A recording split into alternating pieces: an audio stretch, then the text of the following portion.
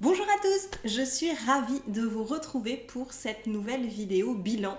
Le mois de mai est encore passé à une vitesse folle, je vous raconte comment ça a été pour moi. C'est parti!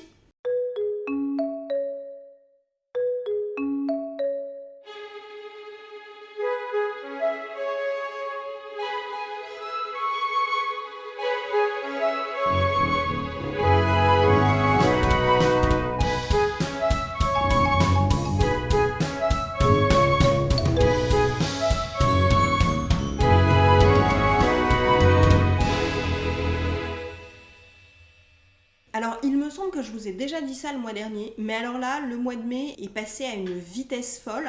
Alors, mon côté j'aime la lumière et la chaleur a vraiment été gâté ce mois-ci puisqu'on a eu un temps absolument génial. Là, on sort de quelques jours un petit peu moins bien, mais ce matin, je filme donc le mercredi avant la sortie de cette vidéo et on a enfin récupéré un grand ciel bleu. Donc ça, c'est super chouette et j'avoue que ça fait partie des choses qui, moi, m'énergisent, me permettent de me sentir mieux, je dirais un petit peu quoi qu'il arrive. Et donc, ça a vraiment cette tendance à me booster et c'est naturel, hein, c'est le moment où les animaux sortent d'hibernation. À partir de fin mars et pendant tout le mois d'avril et aussi le mois de mai, on a tous les oiseaux migrateurs qui reviennent, on a les accouplements. Donc voilà, c'est vraiment une période où on a une énergie montante et j'espère que ça a été aussi le cas pour vous. Alors, moi, j'ai décidé de vous parler de 3 choses que j'ai faites ce mois-ci. Donc, comme d'habitude, j'ai sélectionné, hein, ce n'est pas un bilan exhaustif, mais c'est ce que j'ai envie de retenir pour moi de mon mois de mai et ce que j'ai envie de vous partager parce que je pense qu'il y a des informations qui peuvent être transférées dans vos vies et qui peuvent vous aider. La première chose, c'est que j'ai suivi le bilan 21 jours du compte Instagram Stéphano Attitude qui est sur YouTube, je crois que c'est Take Your Chance. Et donc, je vous remettrai bien sûr tout ça en barre d'infos. Je vous remettrai bien sûr tout ça en barre d'infos. Et Stéphano a organisé un challenge 21 jours pour prendre de bonnes habitudes. Donc en fait, on avait une liste qui était pareil, non exhaustive d'habitudes que l'on pouvait vouloir mettre en place pendant ces 21 jours. Et on avait fait, avant de commencer, le dimanche, on avait fait un zoom de façon à pouvoir voir ce que chacun avait envie de rajouter dans la liste que Stéphano avait préétablie au départ et donc on a pu l'aménager ensemble. Personnellement, ce que je voulais, c'était remettre en place de façon hyper régulière ma routine du matin qui contient de la méditation, de l'écriture et de la lecture. J'ai voulu limiter le sucre parce que j'étais arrivée à 2 carrés de chocolat midi et soir et qui devenait vraiment indispensable. C'est-à-dire que quand j'avais plus de chocolat dans le placard, j'étais vraiment très très malheureuse et ça me posait un souci parce que je voulais pas en être dépendante. C'est-à-dire que je veux pouvoir continuer à manger du sucre. J'ai pas l'intention d'éliminer complètement de ma vie les sucres raffinés. Mais là, je sentais que ça devenait un besoin comme un doudou, comme...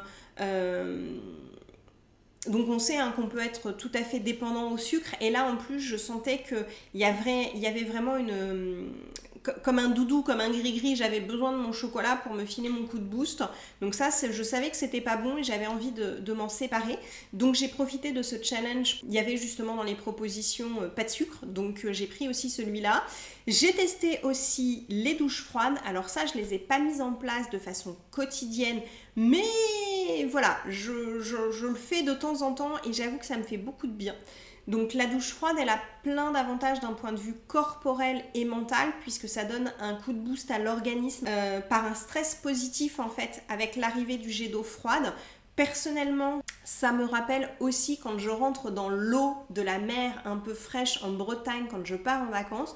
Donc j'avoue que je me suis accrochée, je peux pas me laver les cheveux avec de l'eau froide, franchement j'y arrive pas, mais de temps en temps quand je prends une douche plutôt le matin et que j'ai envie d'un bon coup de boost, effectivement je prends une douche froide et je me suis rendu compte que depuis que je faisais ça, même quand je ne prends pas une douche froide, la température de l'eau est plus fraîche qu'avant et je sens que pour mon corps c'est assez intéressant. Pour la mise en place de la routine du matin, ça y est, c'est revenu. Même si je ne la tiens pas tous les jours, parce que y a des fois des exceptions. Il y a des jours où je ne dors pas chez moi et où donc le lendemain matin c'est un petit peu plus compliqué d'avoir les 3 activités, donc méditation, lecture et écriture.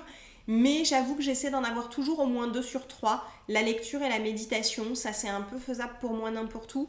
L'écriture, comme c'est quelque chose qui m'est très très personnel, où je livre vraiment des choses qui sont profondes, qui me concernent, c'est plus difficile pour moi de le faire quand je ne suis pas chez moi. Mais je sens que ma routine du matin a vraiment repris sa place dans ma vie. J'ai aussi mis beaucoup plus d'activité physique puisque mon objectif ce serait d'en avoir au minimum 3 fois par semaine. Et là, pendant le challenge 21 jours, j'avais poussé à 5 fois par semaine de façon à pouvoir déjà continuer sur la lancée du challenge body transformation que j'avais fait le mois dernier. Et en plus, en me disant si j'en mets plus maintenant, en garder 3, ça sera facile. Et c'est vraiment l'idée que j'ai. Même si là, comme mon emploi du temps se libère un petit peu, on est à la fin de l'année scolaire, donc mon activité de cours particulier devient plus faible, je vais pouvoir continuer à faire plus de sport le matin et ça me fait vraiment beaucoup de bien. Je commence à pouvoir rentrer dans certains vêtements dans lesquels je ne rentrais plus, donc en plus les résultats sont là. Il y a un véritable effort sur l'alimentation et sur le sport et ça, c'est vraiment très chouette. En parlant de sport, la deuxième chose dont je voulais vous parler, c'est que j'ai enfin repris la piscine. Et ça, c'est un bonheur pour moi. Je vous parle souvent qu'aller marcher en forêt fait partie des activités qui m'apaisent, qui me font beaucoup de bien. La piscine en fait aussi partie. Et j'ai repris la piscine que je n'avais pas repris après l'arrêt du pass sanitaire, puisque personnellement j'avais fait le choix de ne pas me vacciner, donc je ne pouvais plus aller à la piscine pendant toute la période du pass sanitaire. Et donc après je n'ai pas repris tout de suite. Et là j'ai repris en mai, j'ai même décidé de prendre un pass annuel à la piscine qui est dans ma nouvelle commune, puisque moi j'avais déménagé au mois de novembre. Donc ça y est, la piscine c'est reparti. D'ailleurs vous allez peut-être vous en rendre compte, la piscine a repris vraiment beaucoup de place dans ma vie parce que je suis pratiquement pas maquillée ce matin. Et là ce que vous voyez c'est mon maillot de bain, parce que ce qu'il faut savoir c'est que je filme cette vidéo donc le mercredi avant sa sortie. Il est à peu près 8h15, 8h20 parce que je voulais absolument filmer cette vidéo aujourd'hui pour pas être dans la course après. Mais la piscine ouvre à 9h, donc en fait ce que vous voyez dépasser, voilà, c'est mon maillot de bain. Et j'ai pas voulu me maquiller parce que pour la piscine c'était ridicule, il aurait fallu que je me démaquille. Donc voilà, pour vous dire à quel point la piscine me fait du bien, au point que voilà, j'ai été prête à me lever plus tôt ce matin pour pouvoir filmer cette vidéo avant d'aller à la piscine, avant d'aller faire mes cours. Et voilà, ça prend vraiment de la place. Et ce qui m'a permis aussi de le remettre aussi régulièrement et d'avoir la motivation d'y aller le plus souvent possible, c'est que j'ai pris un abonnement annuel. Et ça, si vous voulez vous tenir à quelque chose, alors je vous invite déjà à y aller 3, 4, 5 fois, si c'est par exemple un abonnement dans une salle de sport ou à la piscine ou des choses comme ça, pour voir si vous vous sentez bien dans les lieux, pour voir si voilà, ça vous attire vraiment. Et après seulement prenez votre abonnement pour ne pas dépenser de l'argent pour rien, parce que là effectivement vous risqueriez de vous culpabiliser plus qu'autre chose. Mais moi, le fait de retrouver la piscine m'a fait un tel bien que je savais que j'aurais envie d'y aller au maximum. Et effectivement, il y a des mois où ça aurait pu financièrement être un peu plus difficile pour moi et j'aurais pu me dire non, là les 4,50 € c'est compliqué de les sortir, tant pis, j'irai que la semaine prochaine, machin et tout. Et là, le fait d'avoir pris un abonnement, en fait ça me motive encore plus, c'est-à-dire que dès que j'ai envie d'aller à la piscine, je sais que je peux y aller, il n'y a plus d'histoire d'argent. Et en plus, je veux amortir quand même mon abonnement. Et donc, les jours où je suis un peu j'y vais pas, comme ce matin. J'avoue, quand le réveil a sonné à 6h30, c'était un peu compliqué, puisqu'il fallait faire ma routine, la vidéo et être à la piscine à 9h. Donc, ça devenait un peu ric-rac. Mais voilà, ça m'a motivée à y aller. Et vraiment, je vous conseille, si vous avez besoin d'un petit coup de boost et de vous sentir libre d'y aller autant de fois que vous voulez, l'abonnement annuel peut vraiment être une bonne solution. J'étais agréablement surprise, c'est là que j'ai vu que la reprise du sport que j'avais faite avant avait vraiment été bénéfique parce que dès ma deuxième séance, j'avais récupéré mon temps sur 1,5 km. Donc j'étais très très contente, je le maintiens très bien. Et grâce à Stéphanie de Steph et Mélophyte dont je vous parle depuis 2 mois, Le fait que je retourne à la piscine lui a donné envie elle aussi d'y retourner. Et la première fois qu'elle y est retournée, elle a fait 70 longueurs et elle l'a partagé sur les réseaux. Et je me suis dit que depuis des années que je retournais, depuis que j'étais retournée à la piscine, donc ça faisait déjà 3-4 fois, je me cantonnais à mon kilomètre 5. Pourquoi pas essayer un jour où j'avais du temps d'en faire un peu plus. Donc moi je nage non-stop mon kilomètre et demi, mais je fais 3 longueurs en brasse et 1 longueur sur le dos. Donc mon bloc de longueur est par 4, donc j'en ai fait 72. Alors c'était pas pour battre Stéphanie, c'était parce que voilà, moi je travaille par bloc de 4 et effectivement ça me faisait 1,8 km et j'étais extrêmement contente de me rendre compte que déjà 1,5 km j'étais contente, j'avais récupéré mon temps, mais qu'en fait je pouvais même aller encore plus loin que ce que je n'avais jamais fait. Et dimanche dernier, j'ai carrément poussé jusqu'à 2 km. C'était la première fois de ma vie que je nageais une longueur aussi grande et je vous avoue clairement que ça fait partie de mes fiertés du mois. J'ai été au-delà de ce que j'avais l'habitude de faire, je suis sortie de ma zone de confort et je me suis rendu compte que sans faire violence à mon corps, je pouvais le pousser encore un petit peu plus loin et j'en suis extrêmement heureuse et extrêmement fière. Alors, ma longueur de prédilection va rester 1,5 km parce que je les nage en à peu près 48 à 50 minutes. Et donc, ça me permet de passer 1 heure à la piscine. C'est le bon temps que j'aime consacrer à la piscine parce qu'après, je rentre chez moi, il faut que je prenne ma douche. Donc, c'est quand même une activité qui me prend du temps.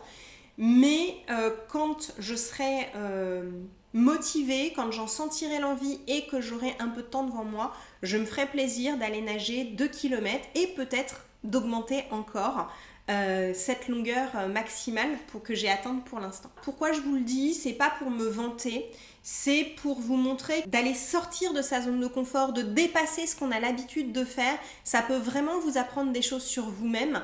Et l'autre chose pour laquelle je voulais vous parler de la piscine, c'est vraiment trouver les activités qui vous font du bien, que vous pouvez mettre 1, 2, 3 fois par semaine dans votre vie. Moi, la forêt, la marche en forêt m'apaise vraiment. C'est vraiment un lieu qui me ressource. Et aller à la piscine, ça m'énergise et pourtant ça m'apaise parce que je vois les longueurs que je fais sur le dos. J'ai les oreilles dans l'eau et franchement, ça me permet d'être en contact avec moi-même. Ça me permet de faire travailler tout mon corps, ce qui est un petit peu moins le cas avec la marche. Et franchement, je vois des bénéfices dans les 2 activités.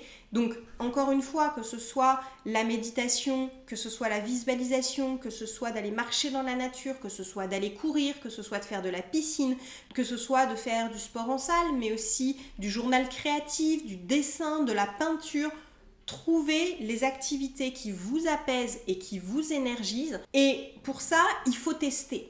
Testez de nouvelles choses, de nouvelles activités ou reprenez d'anciennes activités qui vous faisaient du bien et regardez comment elles agissent sur vous maintenant.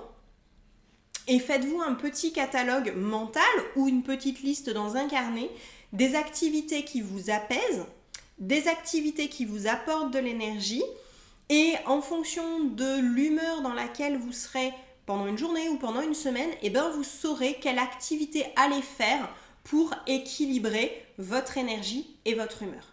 La dernière chose dont je voulais vous reparler, c'est le projet d'accompagnement que j'ai pour septembre qui prend vraiment forme et j'ai commencé aussi à vous écrire un guide qui contiendra 8 ou 10 activités, j'hésite encore, pour aller à la rencontre de vous-même. Donc ça, ce sera un guide gratuit, ça devrait sortir dans les semaines qui viennent. Je vous invite à me suivre sur Instagram pour être les premiers au courant quand ça sortira, parce que c'est vraiment là. J'ai un compte Facebook, mais j'y suis un peu moins active. Vous avez les posts, mais vous avez rarement les stories. C'est vrai que mon média de prédilection, c'est plutôt Instagram, donc n'hésitez pas à aller m'y suivre. Mon compte, c'est Évolue-toi, comme sur la chaîne YouTube. Et puis, pour le programme, en fait, là, le fait de suivre le challenge 21 jours de Stéphano, où on a eu la puissance du groupe, ça a fini de valider ce dont j'étais déjà certaine, c'est que j'avais envie de travailler avec la puissance du groupe, de pouvoir vous offrir effectivement des coachings en individuel. On fait des choses géniales parce qu'on est vraiment adapté à un objectif, une personne, son mode de fonctionnement. mais la puissance du groupe, le soutien, la motivation que ça apporte, c'est absolument génial. Et c'est vraiment ce que j'ai envie de créer, non pas cette fois-ci comme Stéphano sur 21 jours, mais sur un an.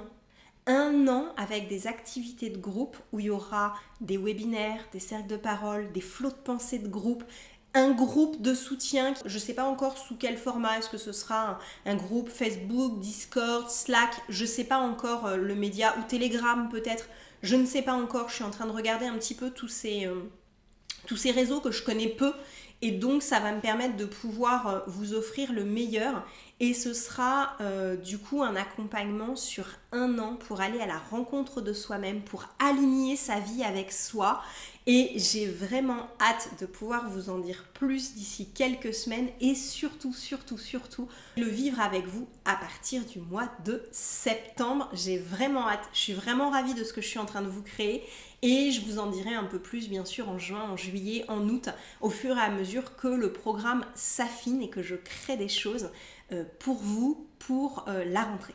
Voilà, c'était mon mois de mai. Comme vous le sentez, je suis en pleine création et voilà, je commence à ressentir cet alignement avec moi-même, à pouvoir créer beaucoup plus et des choses plus qualitatives, et ça c'est vraiment chouette, tout en continuant à me dépasser, en allant un peu plus loin vers moi-même et ce que je mets en place dans ma vie perso et dans ma vie pro.